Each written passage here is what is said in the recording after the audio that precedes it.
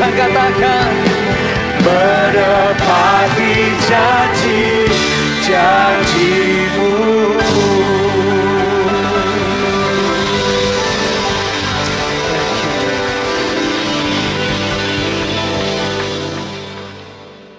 Terima kasih Tuhan. Bapak berkati umat-Mu sore hari ini. Berkati dengan kebenaran firman-Mu yang memerdekakan kami. Yang membuka cara berpikir kami. Supaya kami punya hati hamba. Hati yang mengasihi Tuhan. Berdoa agar Tuhan mengurapi, memampukan hamba-Mu. Tolong hamba-Mu Tuhan, karena sungguh tanpa Engkau hamba tidak mampu. Menyerahkan setiap menit-menit ke depan dalam pimpinan Roh Kudus penuhnya. Permuliakanlah nama-Mu dan berkatilah umat-Mu. Hanya di dalam nama Yesus yang siap diberkati Tuhan. Sama-sama kita katakan, amen. Silakan duduk kembali, puji nama Tuhan. Shalom, shalom, shalom. Anda semua baik-baik? Sehat-sehat? Luar biasa, katakan kanan kirimu, kamu kelihatan luar biasa hari ini ya. You look so good from here. Saya akan khotbah tentang hamba upahan. Berapa banyak di sini yang business owner, punya usaha, punya restoran, punya bisnis, angkat tangan. Kalau Anda cari manajer, kalau Anda cari director, cari supervisor, pengelola atas bisnis Anda cari orang yang seperti apa? Saya yakin Anda akan cari orang yang paling peduli sama bisnismu. Orang yang kerja bukan hanya karena dibayar, tapi dia sayang sama perusahaanmu, dia sayang sama Anda, dia respect sama Anda, dia percaya visimu, dan dia peduli sama teman-temannya. Yang setuju katakan amin. Punyakah Anda orang-orang seperti itu hari ini? Kalau enggak ada, mari belajar sama-sama. Mari belajar mentalitas hamba upahan itu seperti apa. Yohanes 10 ayat 11-13 kita belajar dari Yesus sendiri. Ayat 11 kita baca yuk. 3, 2, 1. Akulah gembala yang baik. Gembala yang baik memberikan nyawanya bagi domba-dombanya. Sedangkan seorang upahan yang bukan gembala dan yang bukan pemilik domba-domba itu sendiri, ketika melihat serigala datang, ia meninggalkan domba-domba itu lalu lari. Sehingga serigala itu menerkam dan mencerai-beraikan domba-domba itu. Ayat 13 sama-sama. Ia lari karena ia seorang upahan dan tidak memperhatikan domba-domba itu. Mentalitas hamba upahan yang pertama, bekerja karena bayaran bukan karena kepedulian. Tadi Yohanes 10:13 bilang, ia lari karena ia seorang upahan dan tidak memperhatikan domba-domba itu. Orang-orang yang punya mentalitas hamba upahan itu bekerja karena gaji bukan karena kasih. Melayani hanya untuk upah bukan karena cinta. Kita kerja dimanapun pasti dapat upah. Amin.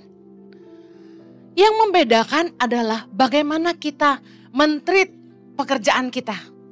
Apakah kita mencintai pekerjaan kita? Apakah kita peduli kepada nasib perusahaan di mana kita bekerja? Apakah kita peduli sama organisasi di tempat kita melayani? Apakah kita peduli kepada orang-orang yang bekerja bersama-sama dengan kita? Orang yang kerja hanya karena digaji bukan karena kasih, tentu enggak punya kepedulian. Pegawai yang kerja sesuai yang dibayar aja, itu biasanya hitung-hitungan. Kerjaan apaan nih? Enggak sesuai job desk nih. Sorry ya, gue cek job desk gue dulu ya. Hitungan banget. Tapi orang yang cinta sama tempat bekerjanya dan dia sayang sama teman-teman sekerjanya. Waktu dia kerjaannya udah selesai, job desknya dia done, dia lihat teman-temannya pada sibuk. Dan dia akan bilang gini, gue udah kelar, ada yang bisa dibantu? Karena dia peduli, padahal itu bukan job desk dia, bisa paham di sini? Saya punya staff yang keren banget. Nggak cuma satu orang. Beberapa orang, leader di Tangan Pengharapan. Itu yang nggak tenggo. Ngerti tenggo? Bukan wafer. Yang tenggo tuh gini loh. Belum jam 6 aja udah standby. Masih kurang sejam, jam 5. Dia udah packing, meja udah rapi, komputer udah dimatiin. Terus cuma ketok-ketok pulpen. Main HP. Ngapain lo? Nunggu pulang. Tenggo. Begitu jam 6 udah di parkiran. Helm udah pasang. Udah naik ke mobil. Oh, staf kita punya mobil beberapa.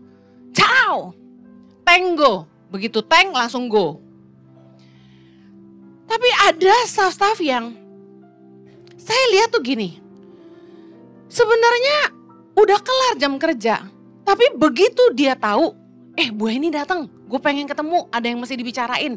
Dia gak sungkan-sungkan stay back. Dia meeting sama saya karena untuk ketemu saya itu kan saya jamnya gak tentu bisa kelar jam berapa, meeting di luar, balik baru bisa meeting sama staff. Jadi mereka gak ada, saya paling sebel meeting sama staff yang dikit-dikit lihat jam. Kurang ajar kan meeting sama atasan lihat jam mulu gitu loh. Jadi saya senang banget mereka tuh gini, Bu, Ibu bisa jam berapa ke sini? Saya lihat jam, oke, bisa tunggu saya ke sana sekarang. Bisa, mereka tunggu. Kadang kami meeting tuh bisa sampai jam 7 malam.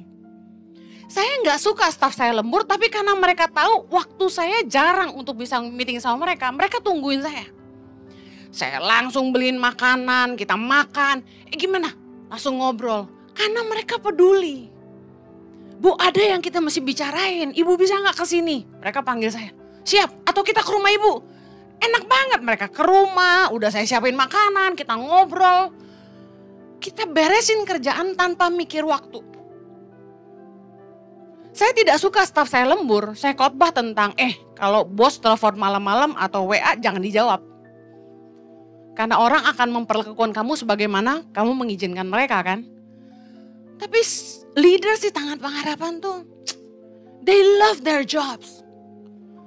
Mereka suka tinggal di kantor dan gak memperlakukan kantor tuh kayak tempat pekerjaan tapi kayak rumah gitu. Kita kayak keluarga. Mereka kerja bukan karena digaji, mereka kerja karena peduli.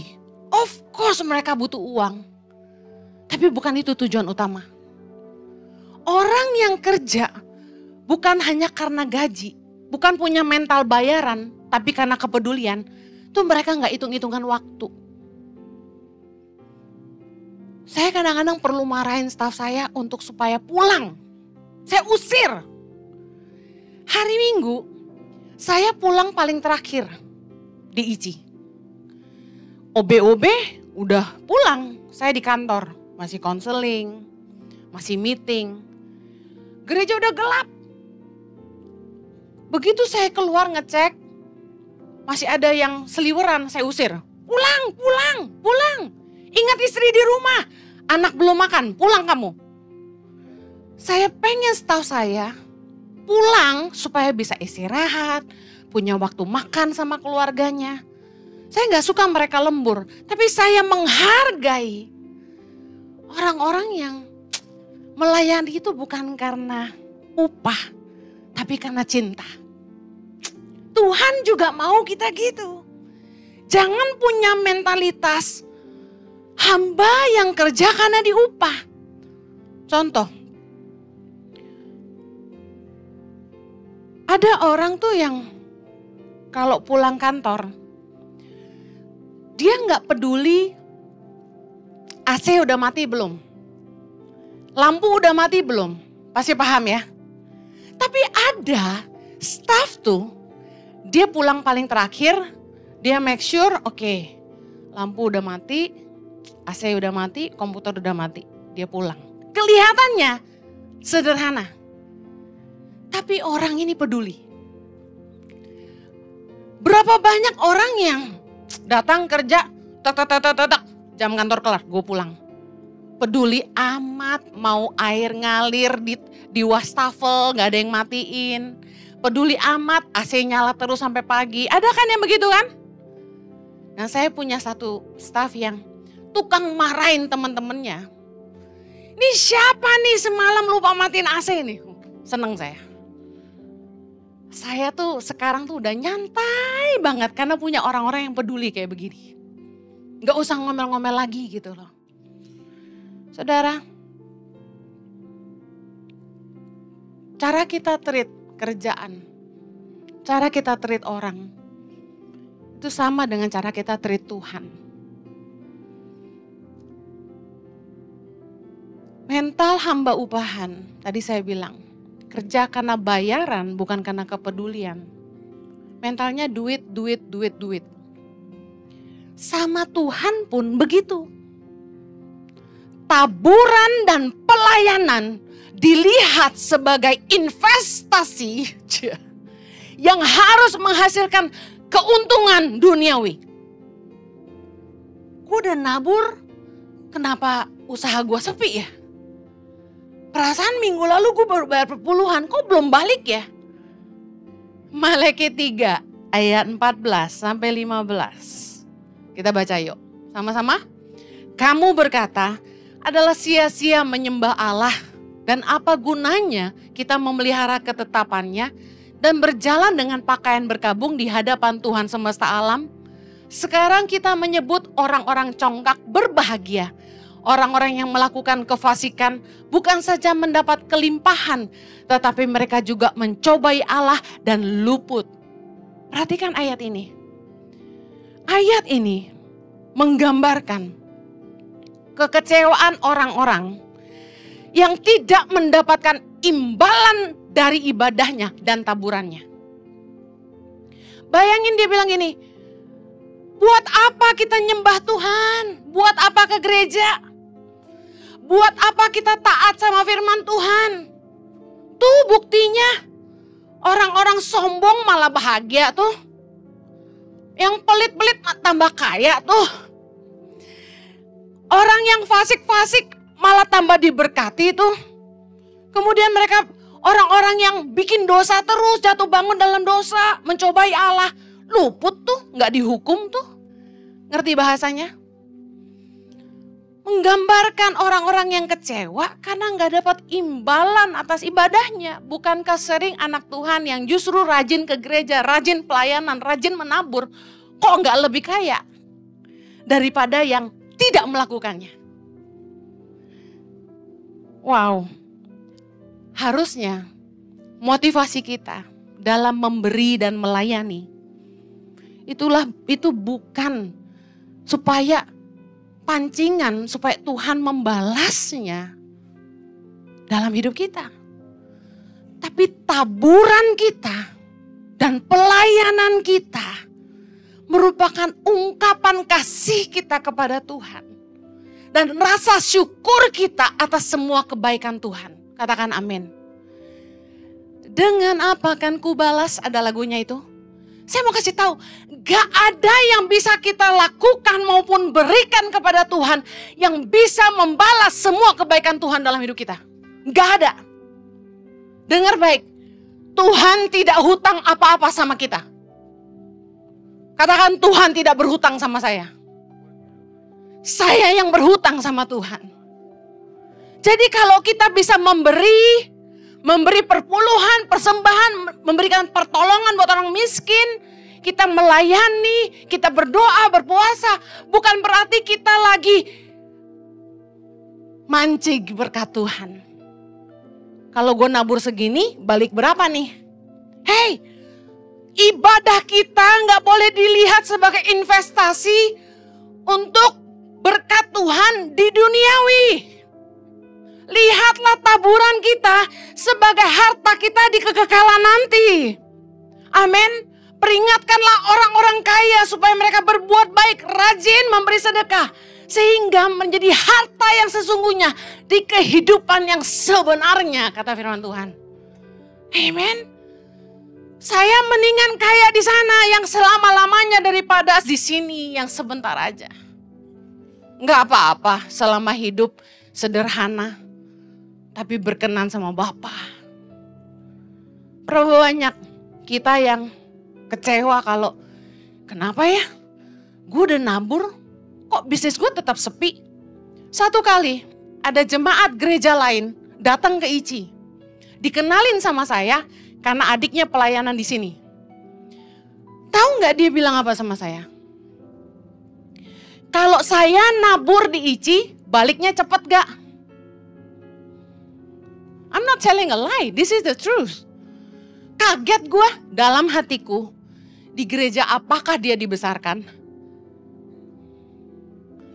Tuhan itu kayak kolam ikan dipancing sama dia. Kalau saya nabur di ICI, baliknya cepet gak? Terus dia bilang gini, kalau di gereja saya nabur cepet baliknya. Hei, kamu tuh kalau bisa memberi, itu benih dari Tuhan. Apa yang kita punya yang bukan dari Tuhan? Coba, tanya kanan kirimu, apa yang kamu punya yang bukan dari Tuhan? Hati-hati.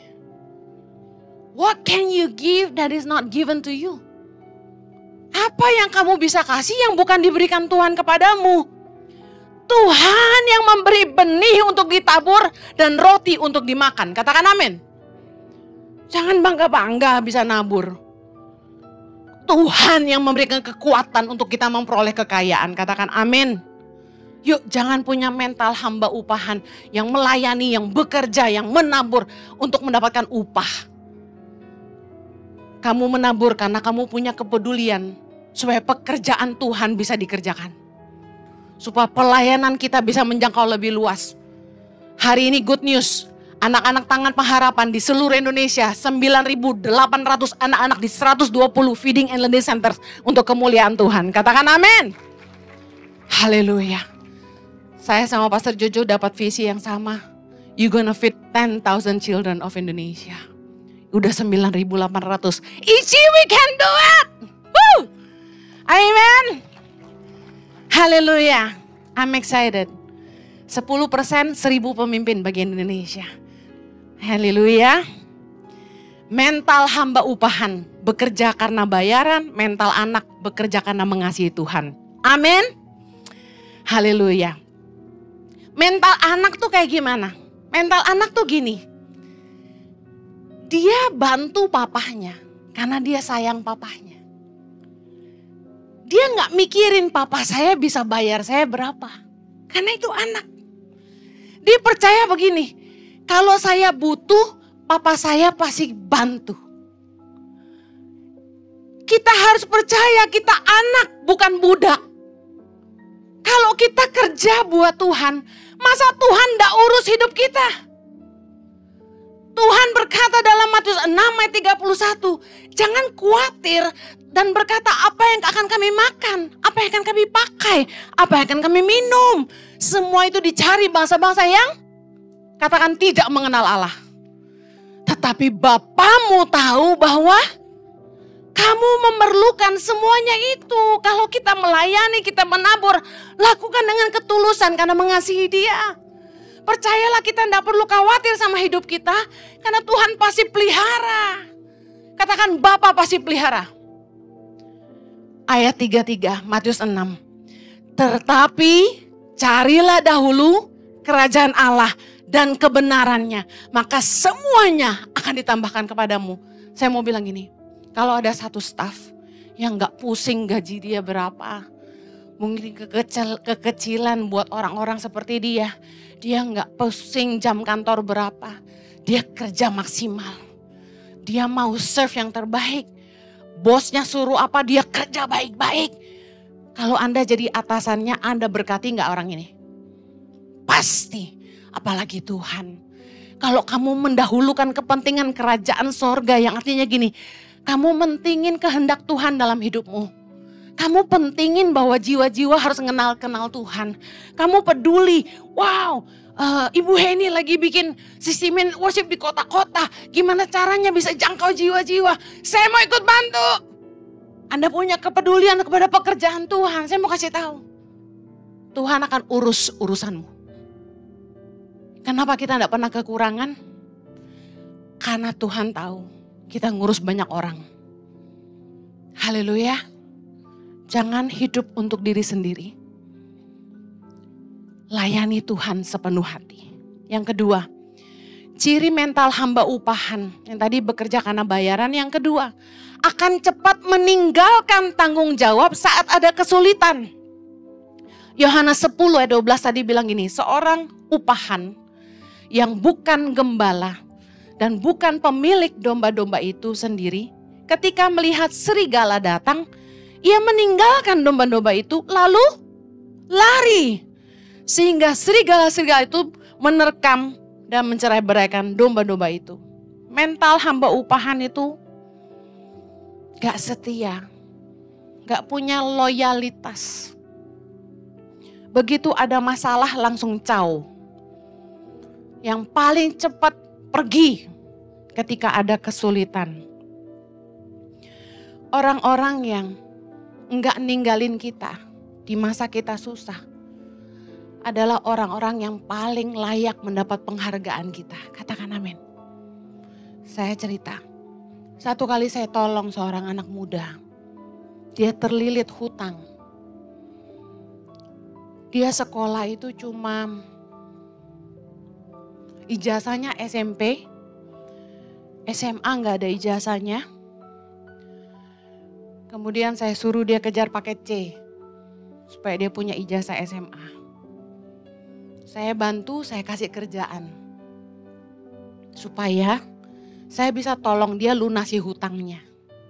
Jadi dari gajinya yang sebenarnya ketinggian buat orang selulusan dia, kami potong tiap bulan supaya dia bisa lunasin hutangnya. Apa yang terjadi? Satu hari terjadi konflik. Karena anak ini karakternya kurang baik.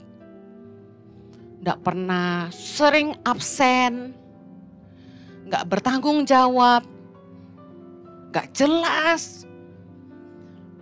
Akhirnya ketika hutangnya, cicilannya selesai, dia harusnya kelar kerja itu katakanlah bulan Juni.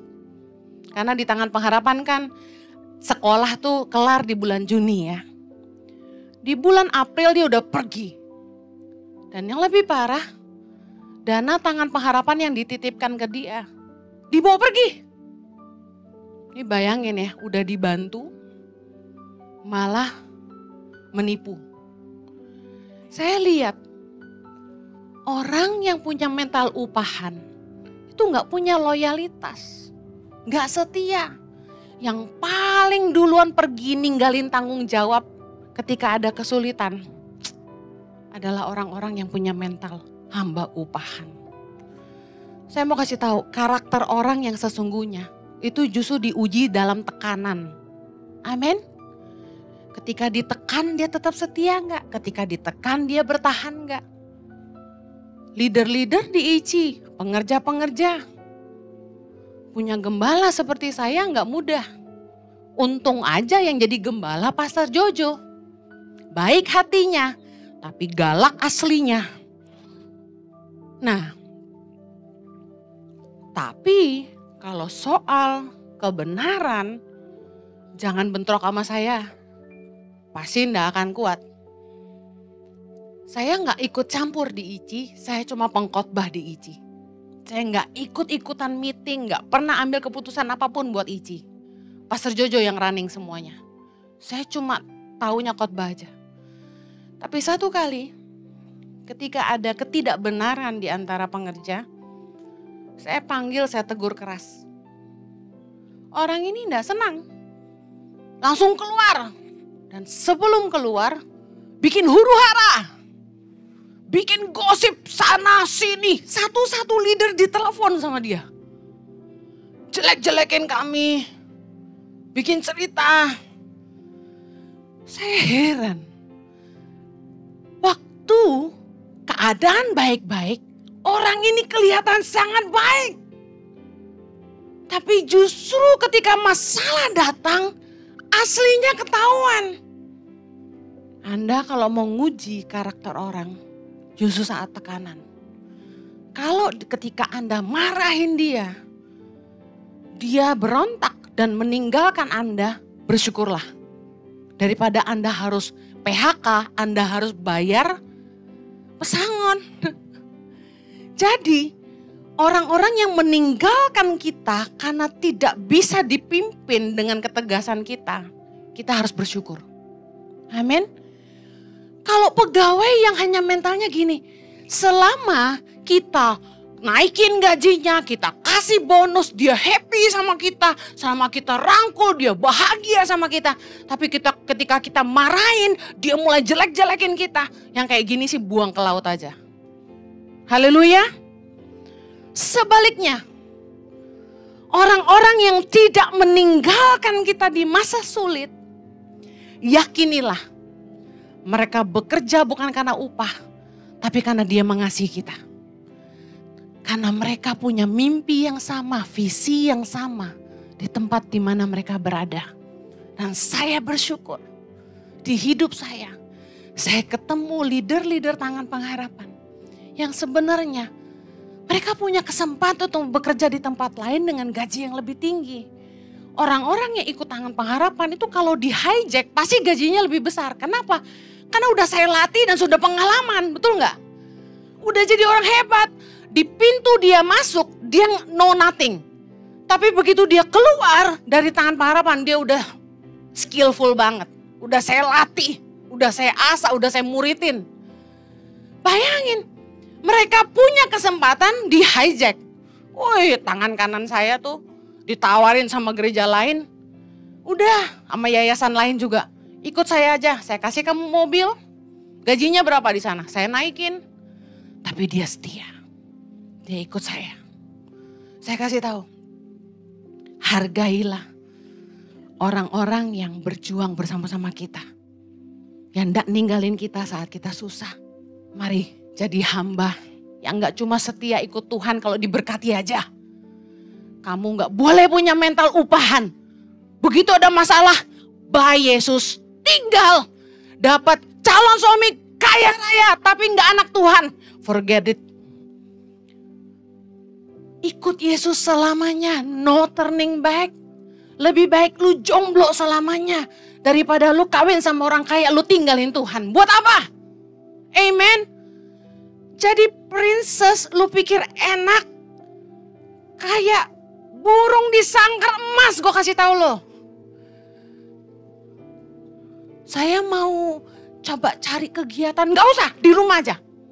Saya mau sama teman-teman saya, gak usah, di kamar aja. Saya mau ngurus anak aja. Matang loh. Hidup kayak di sangkar emas, lu kira enak. Hari ini saya ketemu orang-orang yang seperti ini. Jenny, aku pengen berkarya, Ci. Tapi kawin sama orang kaya nih susah banget.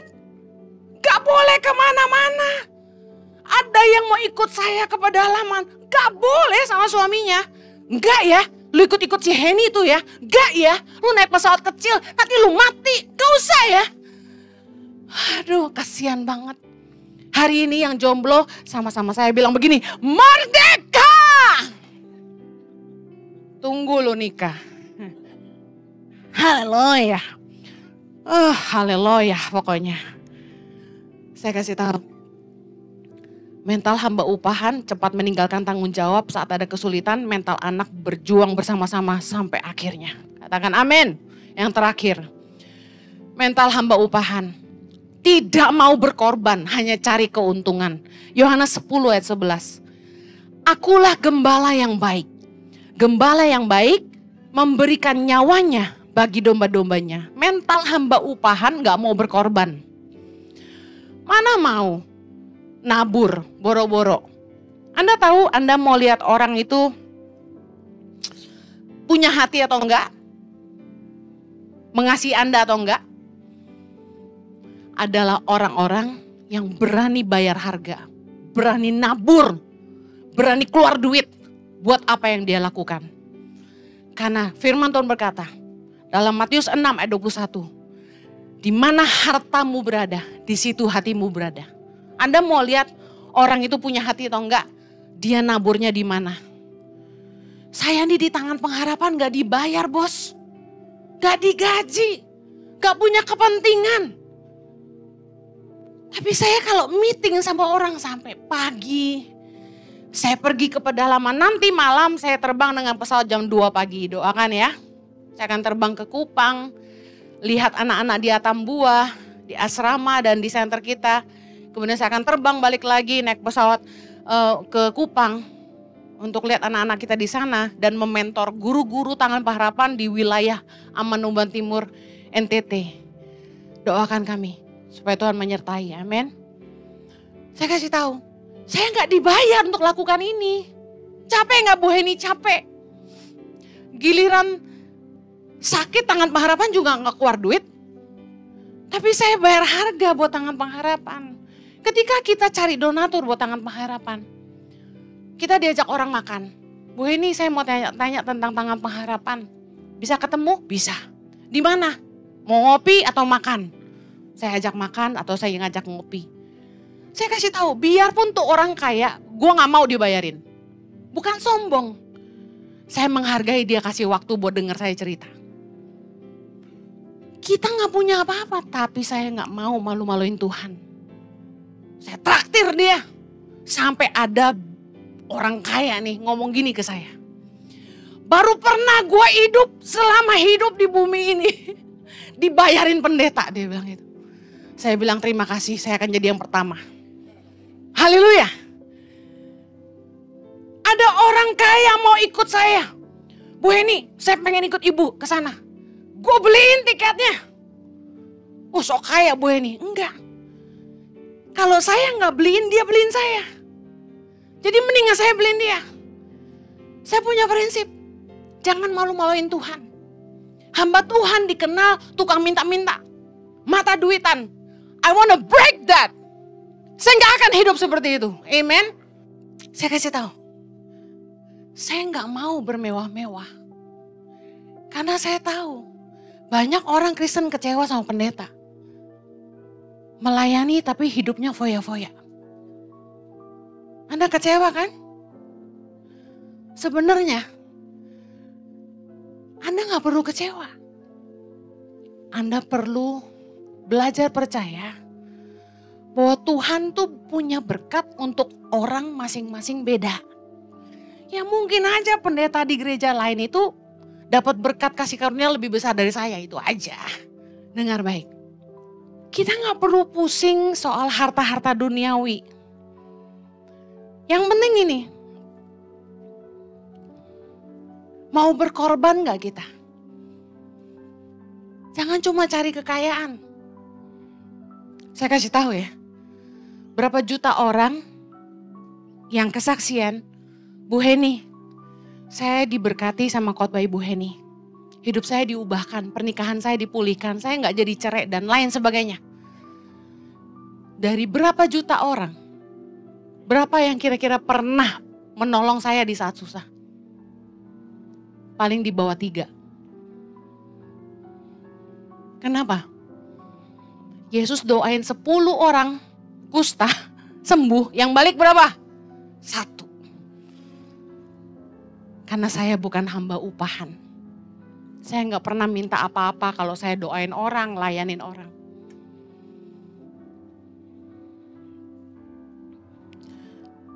Saya percaya bahwa sebagai anak-anak Tuhan, mental kita tuh kita harus mau berkorban. Yesus aja berkorban buat kita. Masa kita gak mau berkorban?